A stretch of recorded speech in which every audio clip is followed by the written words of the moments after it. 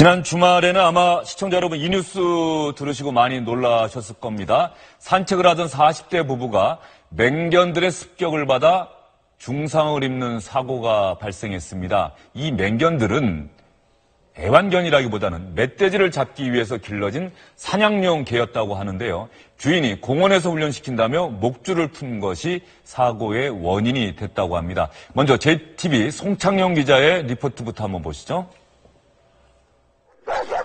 사람이 다가가자 어린이보다 큰 개들이 맹렬히 짖습니다. 지난 8일 밤 고창에서 산책하던 40대 부부를 공격해 중상을 입힌 개들입니다. 주인 강모 씨는 논밭을 내짚는 멧돼지를 쫓기 위해 2년 전부터 개들을 훈련시켜온 것으로 밝혀졌습니다. 멧돼지 방에 잡아서 새까지는 개가 불러. 맹견들이지만 강 씨는 목줄도 하지 않은 채 산책로로 데리고 나왔던 것으로 드러났습니다. 너무 약간 저까지 가니까 개가 저까지 막 가서 무섭지 않냐. 피해자들은 사고 당시 개 주인인 강 씨가 현장에서 도망쳤다고 주장했습니다. 강 씨는 그러나 자신을 따라오던 개들이 사람을 무는 걸 보고 다른 쪽으로 유도했을 뿐이라고 말했습니다. 개를 불러서 막 나갔는데 딱 따라오다가 막 나갔는데 우리 도망갔다고 말했죠. 경찰은 맹견 4마리를 목줄 없이 산책로로 데리고 나온 데다 피해자를 구하려 하지 않고 현장을 이탈한 점을 들어 강 씨를 중과실 치상 혐의로 입건했습니다. 또 사람을 공격한 개들은 법적 처분 대상이 아니지만 강 씨는 개들을 적절하게 처분하겠다고 밝혔습니다. JTBC 뉴스 송창용입니다. 송창용 기자의 리포트만 보더라도 정말 그 중상을 입은 부부가 얼마나 놀랐을까 이런 생각이 드는데요. 부부를 덮친 맹견들, 멧돼지 사냥용 개라고요? 그렇습니다. 이제 당시 사건을 갖다 이제 피해 부부들의 입장에서 재구성해 보면요. 지난 8일 금요일 밤 10시 20분에 전북 고창에 세계문화유산 고창 고인돌 산책로가 있습니다. 거기를 이제 부부가 지인들 2명과 함께 걷고 있었는데 갑자기 저 개들이 지금 달려와서 부부를 공격한 것입니다. 그래서 부인은 막 물려서 논으로 몇 미터 끌려가고 남편도 그걸 저지하려다가 같이 물리는 뭐 이런 사고가 있었는데요.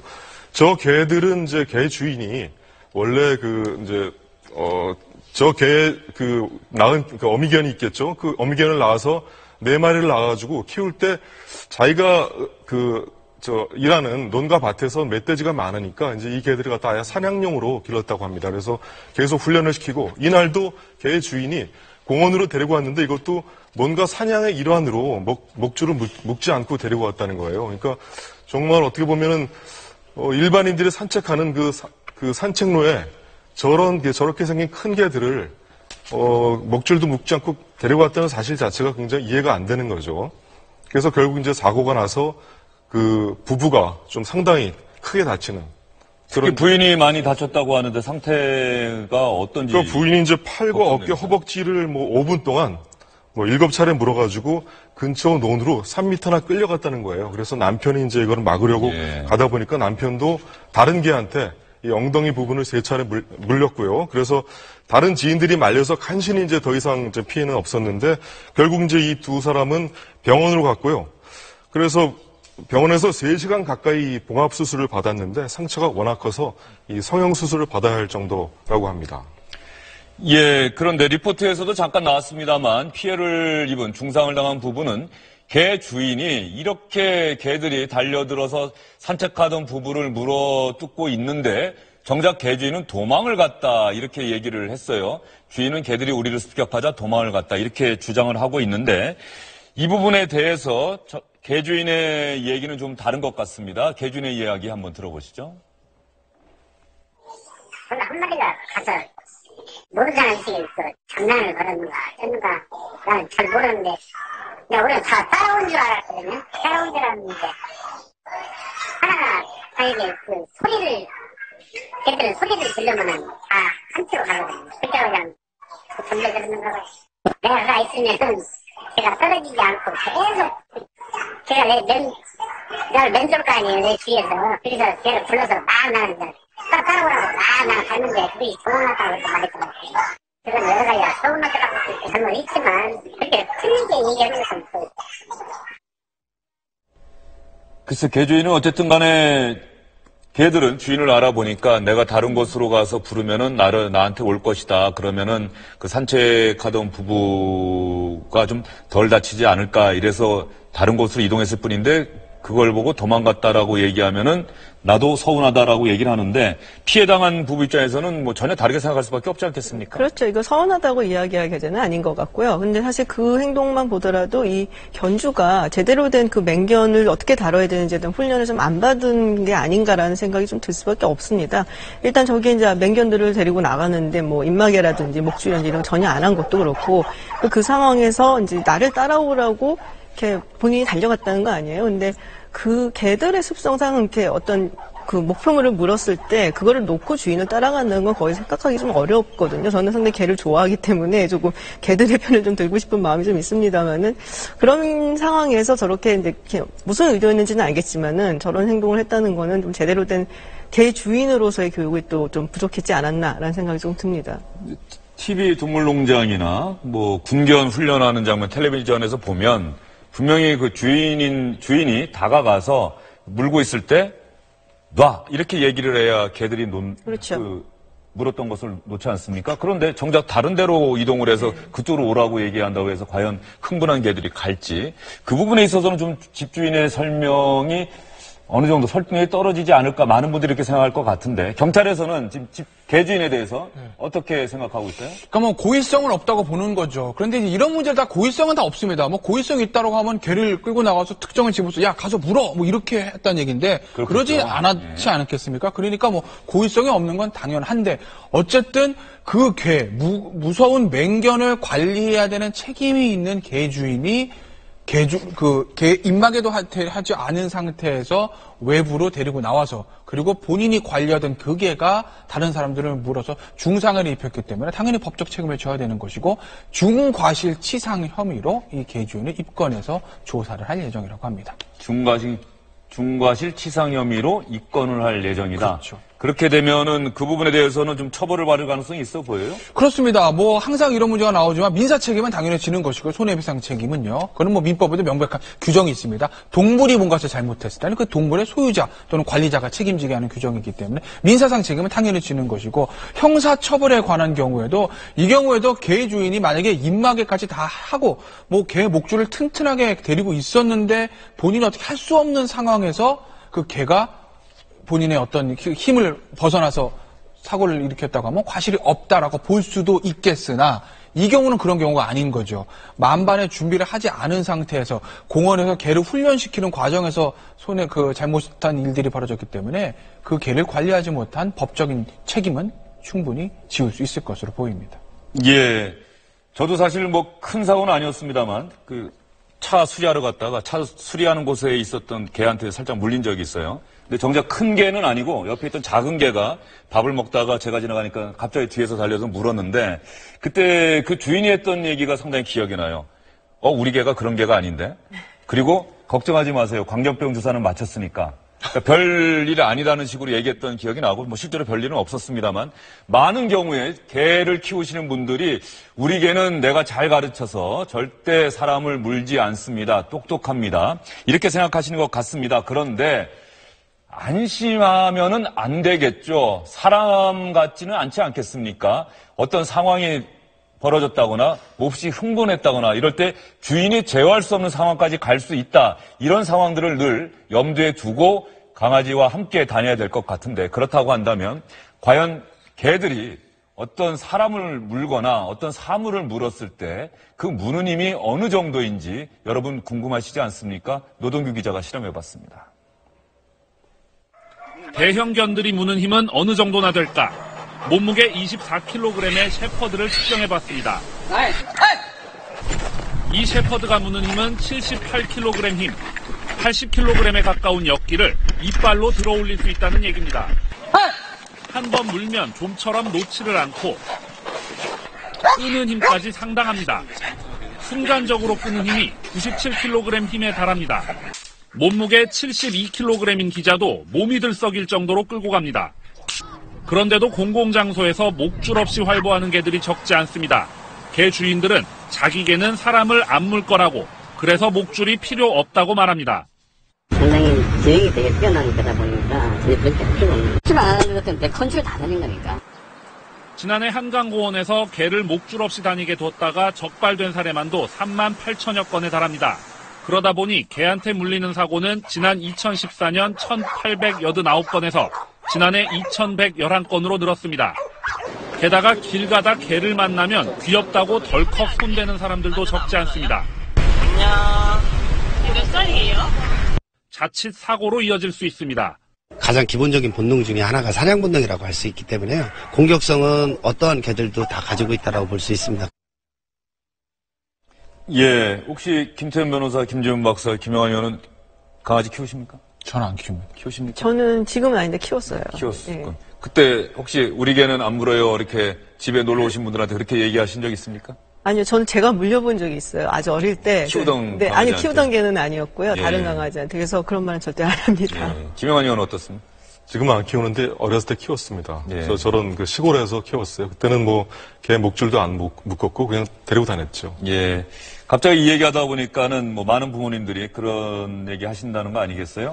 우리 아이는 그런 애가 아닌데 친구를 잘못 만나서 우리 개는 그런 개가 아닌데 그런데 정말로 안심하면 안 된다는 게 이번 사고에서도 다시 한번 확인이 됐고요. 이렇게 맹견들, 강아지, 개한테 물리는 사고가 최근 들어서 빈발하고 있다 이런 생각이 좀 들어요. 네, 그렇습니다. 통계로도 나타나는데요. 아무래도 옛날보다 좀 많이 키우고 또 사람들이 개를 그냥 묶어놓는 게 아니라 많이 데리고 다니기 때문에 그런 사고가 많이 난 것 같아요. 보면은 통계 나오죠. 2011년에 245건 이 반려견한테 물림 사고가 있었는데 2015년에 1488에다가 2016년에 1019에서 굉장히 급격히 증가한 것을 볼 수가 있습니다. 예. 조금 전에 노동교 기자 리포트에서는 2014년 1889건에서 지난해 2111건으로 늘었다라고 하는데 이거 조금은 그 통계가 다른 게요. 이것은 지금 나온 거는 소비자원 통계라고 합니다. 그 노동교 기자가 보도한 것과는 좀 다른 성격의 통계였다는 점 여러분께 말씀을 드리는데 어쨌든 간에 중요한 대목은 최근 들어서 반려견, 대형견이 사람을 물어서 그 사람이 중상을 입는, 다치는 그런 사고가 잇따르고 있다는 겁니다. 그렇기 때문에 정말 조심해야 되는 것 같고요. 이렇게 사람뿐만 아니라 다른 가축을 물거나 또 이른바 얼마 전에 저희가 전해드린 기억이 나는데 들개가 되어서 아예 집을 떠나서 이렇게 사고를 일으킨 경우도 꽤 있지 않습니까? 그렇죠. 북한산에 뭐 들개떼가 돌아다니고 있다가 네. 혼자서 뭐 혹시 사냥하는 분이 있으면은 습격하는 경우도 종종 저희가 보도를 보고 있죠. 예. 충청북도 지역에서 얼마 전에 저희가 보도를 해드렸습니다만은 이른바 뭐 닭을 잡아 먹는다거나 또 밤에 길 가던 그 시골 지역에 사는 주민을 다가가서 위협을 한다거나. 그죠? 개가 기본적으로 야생으로 들어가면 늑대 아닙니까? 늑대과라고 하죠. 그러니까 늑대가 이제 개의 조상은 늑대라고 하는데 그만큼 개는 이제 야생의 본능이 있는 겁니다. 야생의 본능이 있는 거를 사람이 키우면서 교육을 시키고 그러면서 이제 반려견으로서 집에서 키워서 야생의 습성이 조금 둔화가 되는 건데 그게 아니라 만약에 개가 사람의 손을 벗어나서 야생으로 돌아가게 되면 늑대와 같은 공격성을 가지는 것은 어떻게 보면 본능상 당연한 거 아니겠습니까? 그러니까 이제 앞서 얘기가 나왔던 그런 북한산에 있는 들개라든지 충청도에서 닭을 잡아먹는 그런 개들 사람이 관리하지 못하고 야생으로 나가게 되니까 그런 공격적인 성향을 띠게 되는 것이죠. 예. 이렇게 개에게 물리면 그 어린 시절에 물려본 적이 있다고 말씀하셨는데 전에 키우던 다른 개한테요. 예. 어떻습니까? 그 좀 충격이 오래 가요?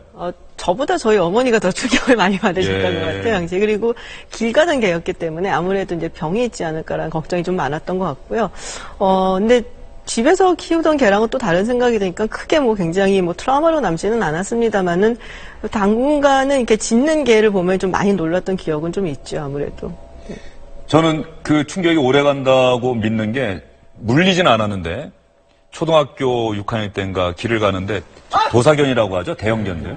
대형견 2마리가 정말 목줄 없이 다가왔고 골목길이었어요. 네. 그런데 지금도 선명하게 그 장면을 제가 기억하고 있는, 지금 이 나이가 됐는데도 기억하고 있는 것은 정말로 공포스러웠다는 거죠. 정말 저 개에게 물리면은 난 죽을 것 같다는 그런 공포, 이런 것들이 아직도 기억이 나는데, 김태현 변호사는 그런 경험은 없어요? 저는 뭐 개에 물려본 경험은 없습니다. 개에 물려본 경험은 없는데 제가 만약에 그런 아까 말씀하신 그런 장면을 어릴 때 딱 좋다고 하게 되면 정말 무섭죠. 왜냐하면 어린 아이가 큰 도사견 2마리에 물리게 되면 어떻게 될지 이거 장담 못하는 거 아니겠습니까? 그러니까 그만큼 이제 개 주인들이 본인에겐 애완견이지만 그게 밖에 나가면 다른 사람한테는 맹견이 될 수도 있는 것이거든요. 그걸 좀 다른 사람을 생각해서 조금 목줄도 채우고 입마개도 하고 좀 관리를 할 필요가 있는데 그걸 안 하고 나서 우리 개는 안무입니다. 근데 개는 이만합니다. 이게 앞뒤가 안 맞는 행동. 목줄, 그다음에 입마개 이런 것들이 우리 법에 의해서 예. 반드시 하도록 규정이 돼 있는 거 아니에요? 그게요. 이제 동물보호법에 보면은 맹견 데리고 나갈 때 목줄 채워야 되고 채우지 않으면 과태료입니다. 과태료 해봐 최고가 100만 원이에요. 근데 문제는 모든 개에 대해서 그런 의무를 주는 게 아니라 딱 종류를 정해놨죠. 그러니까 뭐 아메리칸 핏불테리아든 도사견 뭐 이런 개들 그리고 뭐 기타 공격성 있는 개들 뭐 이렇게 좀 열어두긴 했지만 모든 개에 대해서 그러는 것이 아니라 일부 맹견에 대해서만 그런 의무를 좀 부과했다는 것이거든요. 근데 중요한 건 아직도 우리나라의 어떤 개에 대한 관리가 좀 약하다는 거죠. 그러니까 영국이나 독일 같은 경우에는 상해보험도 의무화되게 해놓고요. 그 다음에 맹견 같은 경우는 등록제입니다. 그리고 아무나 키울 수가 없습니다. 면허가 있는 사람만 키우게. 그 애견의 천국이라고 하는 유럽에서도 그렇게 이제 관리를 하거든요. 근데 우리나라에서는 그런 관리가 전혀 안 돼 있죠. 그러니까 우리나라도 그 애완견 같은 것을 등록하는 것들, 그리고 특히 맹견 같은 경우에는 아무나 키울 수가 없게 하는 그런 제도적인 어떤 장치가 좀 뒷받침되어야 될 때라고 봅니다. 이번 사고 소식을 듣고 많은 분이 SNS나 이런 곳에 댓글을 달고 있는데요. 제가 몇 분의 글을 읽어드리겠습니다. 개 주인에게는 가족일지 모르겠지만 남들에게는 그냥 개입니다. 제발 목줄, 입마개 좀 하고 나오세요. 이런 얘기도 있고요. 개 기르는 사람들이 하는 말 중에 싫어하는 것이 사람 안 물어요. 당연하죠. 주인이니까 안 물지. 제발 개랑 밖에 다닐 때는 목줄하고 입마개, 용변 봉투 꼭 들고 다녀야 합니다. 그러면서 동시에 이런 사고가 또 재발할 경우에는 처벌을 강화해야 한다. 이런 의견을 지금 김태현 변호사가 지적한 것처럼 많은 분들이 공감을 표시하고 있어요. 나는 이게 개 주인의 처벌도 강화를 더 해야 되는 것이 결국에 개도 사실은 피해를 받거든요. 이런 일이 발생하게 되면은 개들 거의 다 안락사를 시킵니다. 근데 사실 이제 개들은 교육을 받는 거나 마찬가지거든요. 개를 훈련시키는 과정도 있고 분명히 굉장히 선진국에서는 많이 발전이 되어 있는데 개 주인이 제대로 관리를 못하고 교육을 못 시키니까 이런 일들이 벌어지고 결국 그 손해는 주인도 마찬가지지만은 개들도 굉장히 목숨까지 잃게 되는 그런 일까지 벌어지니까 개 주인이 됐다 그러면은 그 아이를 키운다는 심정으로 사실은 굉장한 책임감을 가지고 개들을 키워야 되지 않을까 생각을 합니다. 네. 애완견 키우시는 분들, 특히 대형견 키우시는 분들은 사냥용 이런 목적으로 대형견 키우시는 분들은 꼭 오늘 주영진의 뉴스 브리핑에서 방송했던 내용들 꼭 명심하시기를 바라겠습니다. 그리고 다시 한번 전해드리겠습니다. 오늘 오후 국회 본회의에서 열렸던 김희수 헌법재판소장 후보자에 대한 임명동의안 표결 붙여졌습니다. 하지만 찬성 145대 반대 145, 기권 하나, 무효 1표 이렇게 해서 부결됐습니다. 김희수 헌법재판소장 후보자는 국회 인준과정 통과하지 못했습니다. 국회 인준안이 부결되면서 헌법재판소장 공석 상태는 200일 넘게 계속될 수밖에 없게 됐고요. 이번 임명동의안 표결에 반대표를 던진 것으로 보이는 야당에게도 적지 않은 부담, 그리고 문재인 대통령과 청와대, 여당인 민주당의 향후 국정 운영에도 적지 않은 부담이 있지 않을까 이런 생각이 듭니다. 벌써부터 여야는 서로가 상대를 비난하는 그런 성명을 발표하고 있는 것 같습니다. 자세한 소식은 이어지는 오뉴스 8시 뉴스를 통해서 여러분께 자세히 전해드리도록 하겠습니다. 다음 주제로 넘어가 보도록 하겠습니다.